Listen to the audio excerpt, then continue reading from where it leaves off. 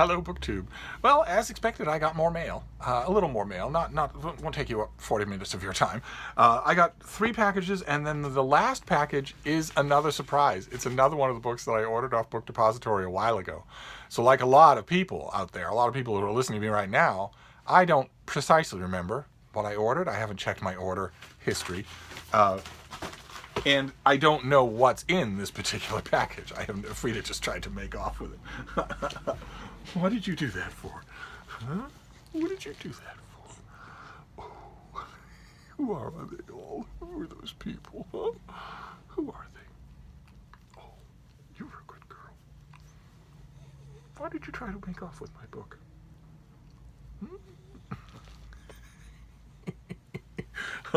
I'll let her destroy the package, but she can't destroy the book. So we'll do the 3 packages just from publishers first, and then we'll do the Book Depository one last. That'll be fun. And it'll give you something to chew on, because you clearly want something to chew on.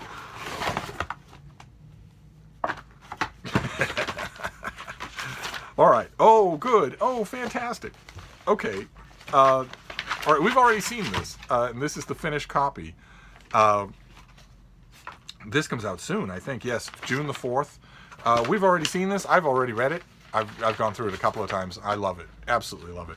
It's by Jonathan Fetter-Vorm, and it's called Moonbound. And it's an Apollo 11 book, but it's not like any other Apollo 11 book because it's a graphic novel. There's Isaac Newton. It's a graphic novel. And the pages are subtly colored. There's no nothing jumping right out at you. It's subtly colored to reflect the different moods of what's going on. And this is, of course, there are millions of Apollo 11 books this year. Millions. This is the anniversary. So every month has seen 5, 6, 7, 10 of these. Yeah, and this book takes us back to Prague in the time of the eccentric Emperor Rudolf II, when Kepler and Tycho Brahe worked out the movements of the planets. He narrates the history of rocketry through the story of the Nazi and later American scientist Wernher von Braun. He shows us the launch of Sputnik, the first man-made satellite to enter Earth orbit, through the sad saga of its architect, Sergei Korolev. And on and on. This is not just the Apollo 11. This is the whole of modern spaceflight and pre-modern space conceptions. And it's as a graphic novel, it's just amazing. You could hand this to anybody. And kids, adults, newcomers to the subject, anybody. I just loved it. Thought it was fantastic. Glad to have a finished copy. Wonderful. That's a great way to start. And then we have oh god. Okay. All right. There's a pub sheet in here. This is the finished copy of something. I think we saw the advanced copy of this. This is I have been fairly uncharitable with books of this kind. This is by Piers Brendan, and it's called Churchills Menagerie. There he is looking photoshopped on the top of a horse. This is a story about the various animals and pets that had the misfortune to fall into Winston Churchill's orbit. In his lifetime, Winston Churchill's great love and admiration for animals was well known. In fact, one of Churchill's key characteristics was his fascination with the animal kingdom. Creatures of all sorts were a crucial element throughout his life. None of that is true. Take a time traveling machine. Plop yourself down in 1942, 1932, 1922, and go to a dinner party that's convened exclusively attended by the close friends of Winston Churchill, and ask them if what was it again? That one of his key characteristics was his fascination with the animal kingdom. Creatures of all sorts were a crucial element throughout his life. Ask any of them if that's true. They'll say they can't remember the last time he mentioned an animal. And seems not to like them, that sort of thing. He was amused, intrigued, enchanted by, and sometimes even besotted with a vast menagerie, from his pet parakeet, dogs, cats, fish, and butterflies, to his own lion, leopard, and white kangaroo kept at London Zoo, and even more unusual species. So this is, this is due on June the 4th. It's the Churchill industry. There is a Churchill industry. There are every year there are 1 or 2 books of genuine interest about Winston Churchill, and then there's the Churchill industry that needs to be fed. I haven't. The bean is being very insistent this time around. What is it, baby? My own menagerie is acting up here. For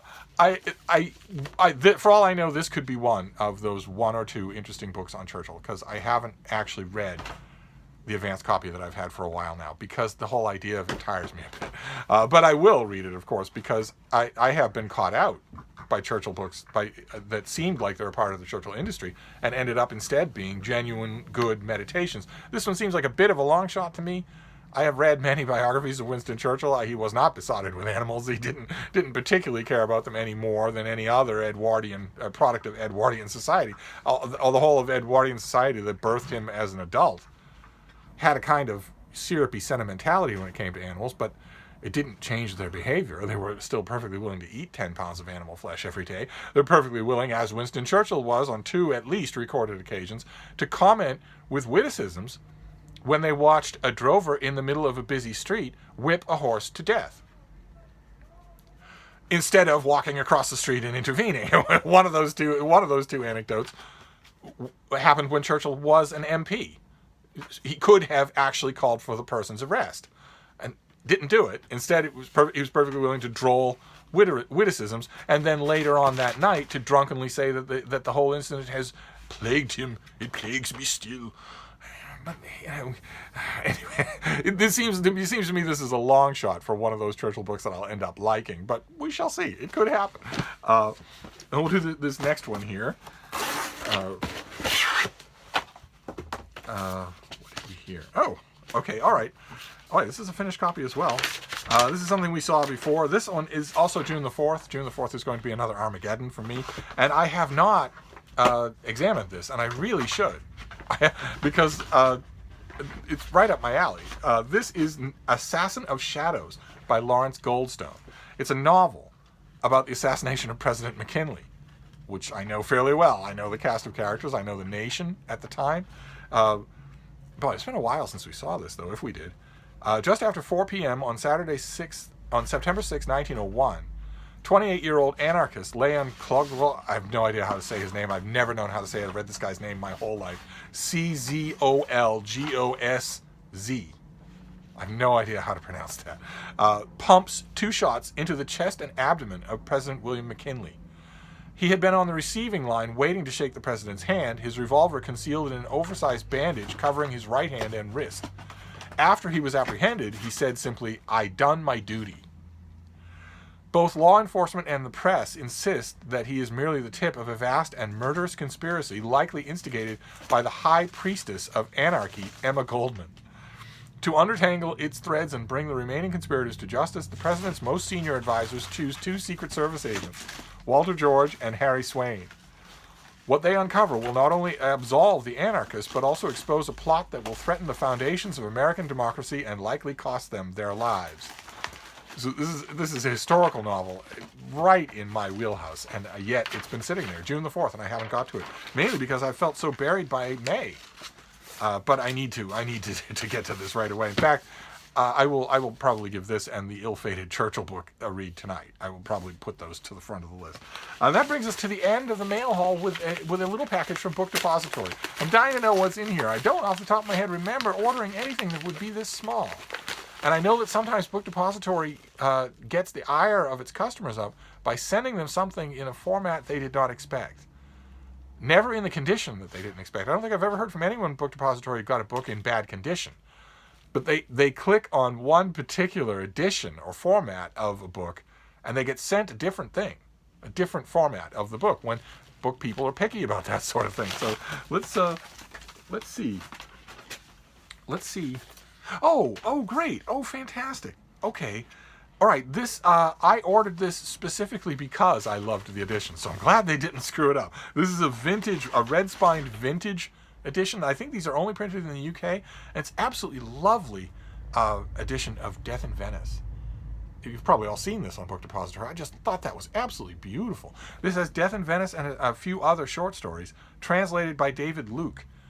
And I'm off the top of my head, I don't think I have anything of the short work of Thomas Mann. I don't think I do. Unless maybe I have an old modern library, Death in Venice, somewhere. But when I saw this, I immediately thought, oh, you need that, not just for the prettiness of the edition, but because, you need to have that in your library, and I don't think I do. I don't think I even have a Death in Venice edition in an American Penguin Classic. I don't think I do.